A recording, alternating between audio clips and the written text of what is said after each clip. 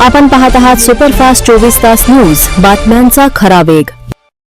शेतकरी बंधू भगिनींसाठी जी घोषणा मुख्यमंत्री देवेंद्र फडणवीस साहेबांनी केली होती निवडणुकीच्या दरम्यान, आणि मुख्यमंत्री देवेंद्र फडणवीस साहेबांवरती महाराष्ट्रातल्या तमाम जनतेने विश्वास दाखवला आणि अभूतपूर्व असं यश विधानसभा, स्थानिक स्वराज्य संस्थांमध्ये भारतीय जनता पार्टीच्या पाठीशी मतदार बंधू भगिनी दाखवलं। आणि म्हणून वचनपूर्ती करण्याचं काम देवेंद्र फडणवीस साहेबांनी केलेलं आहे।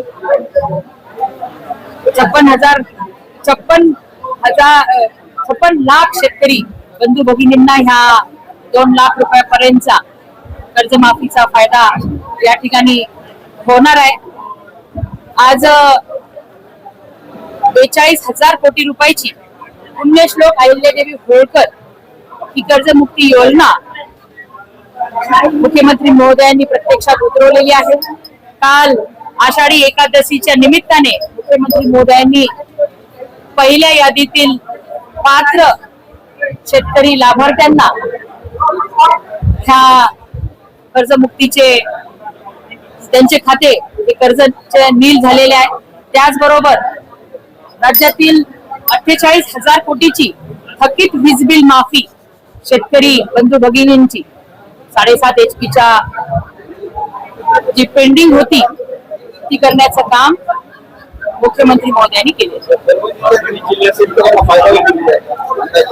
परभणी जिल्ह्यातील 1.5 लाखाच्या वरती शेतकऱ्यांच्या पात्र यादीत नावं आलेले आहेत। आणखी जशा याद्या येतील त्या पद्धतीने आपल्याला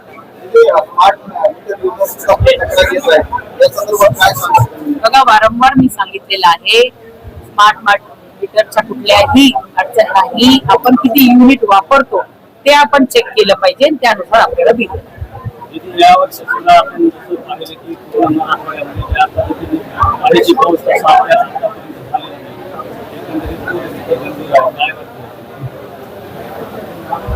बघा, गंभीर परिस्थिती आहे, परंतु शेतकऱ्यांच्या पाठीशी ठामपणे आपलं सरकार उभं आहे। त्यामुळे ह्या परिस्थितीवरती सुद्धा आपण मात करू। शिक्षण मंत्र्यांचा राजीनामा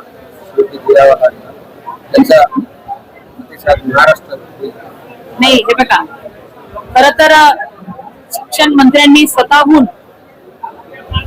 ज्या पद्धतीने विरोधक विद्यार्थ्यांना ढाल करून हा विषय दुसरीकडे घेऊन जात होते हे बघून स्वतःहून त्यांनी राजीनामा दिलेला आहे।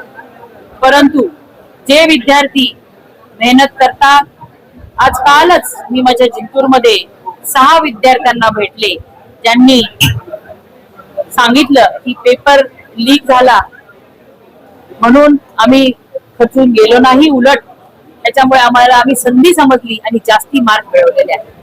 आज कौतुक करण्यासारखं आमच्या जिंतूर सारख्या तालुक्यामध्ये जिल्हा परिषद मध्ये शिकणाऱ्या विद्यार्थ्यांनी पण 620, 622, 605, 617 असे मार्क्स मिळवलेले आहेत। आणि विद्यार्थ्यांना सुद्धा मला सांगायचंय की पंतप्रधान नरेंद्र मोदीजींच्या नेतृत्वामध्ये, मुख्यमंत्री देवेंद्र फडणवीस साहेबांच्या नेतृत्वामध्ये नेहमीच विद्यार्थ्यांचं हित हे बघितलं गेलंय। नवीन शिक्षा नीती आणलेली आहे। नीट ची परीक्षा देऊन जे डॉक्टर बनायचं स्वप्न आज लाखो विद्यार्थी बघत आहेत, ती 25 ते 30 लाख विद्यार्थी त्या परीक्षा देत असतात।